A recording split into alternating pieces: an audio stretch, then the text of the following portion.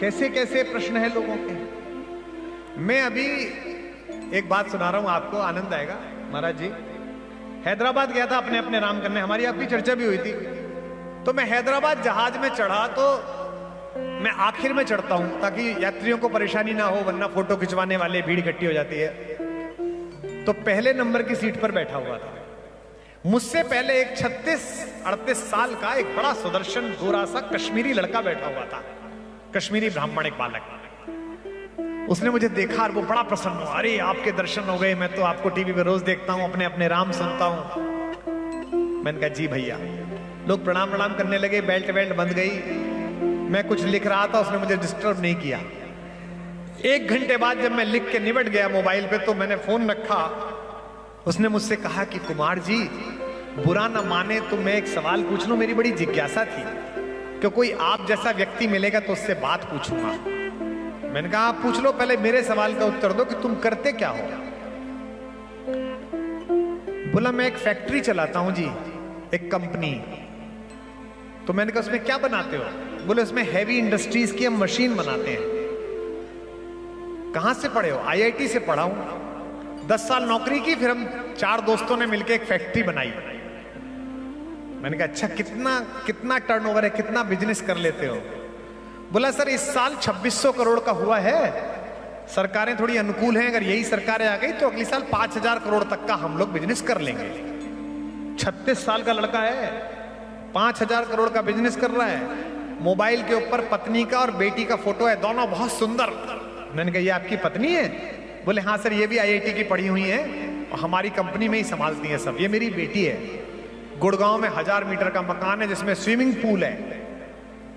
अब मैंने कहा कि पूछो क्या सवाल पूछते हो। जिसका हिस्सा ही 800 करोड़ बनता है, उस लड़के का पहला सवाल, कुमार जी मेरे को ना ये समझ में नहीं आता कि सक्सेस क्या है,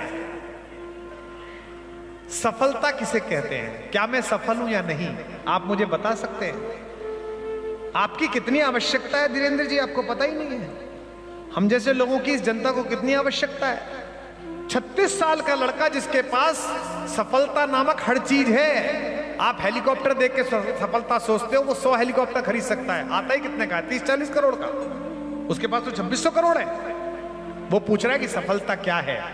मुझे आज तक कोई बता नहीं पाया। मैंने एक पंक्ति का उत्तर दिया, वो रोने लगा। मैं सफल हूं या नहीं ये कैसे तय करूं? मैंने उससे कहा कि अगर आपके होने से संसार प्रसन्न है तो आप सफल हैं, और आपके होने से संसार दुखी है तो आप असफल हैं।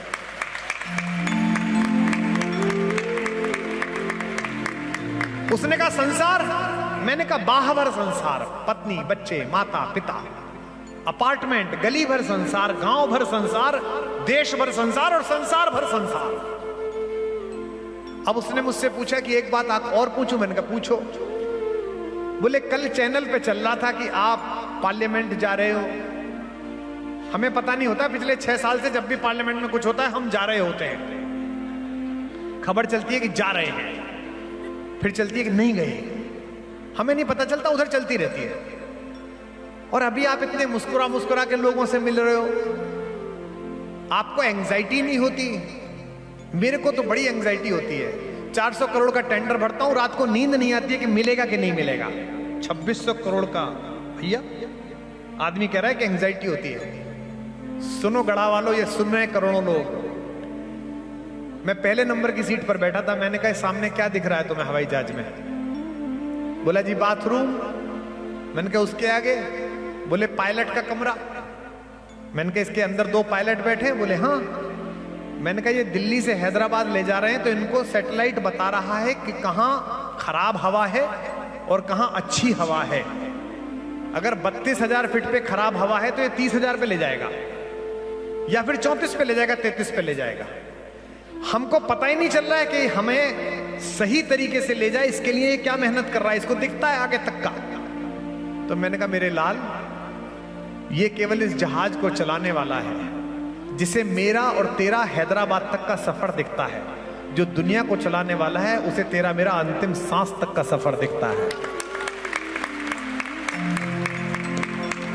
इसलिए उस पर भरोसा करो। इसलिए वर्षों से, सैकड़ों वर्षों से एक सुप्तावस्था में पड़े हुए इस देश को पुनर्जागरण की आवश्यकता है। प्रधानमंत्री जी ने कहा ना, काल चक्र की नई गति है, इसके साथ जो नहीं जुड़ेगा वो इसके नीचे दब जाएगा। शास्त्र को पढ़ने का यही फायदा है मंत्रियों और विधायकों, पढ़ा करो।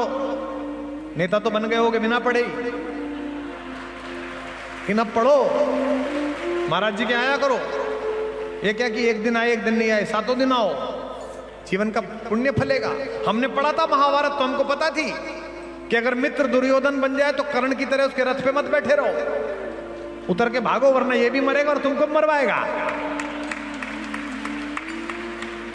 तो तुझे तिहाड़ जाना है, तू अकेला ही जा।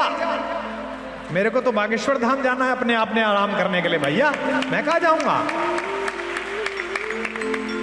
तुझे कृष्ण जन्मभूमि जाना है, तू जा, मैं तो राम जन्मभूमि जाऊंगा। तो ये जो जागरण है, इससे बाहर निकलो। मेरा कबीर तुम्हें पुकारता है चलते चलते कल के लिए।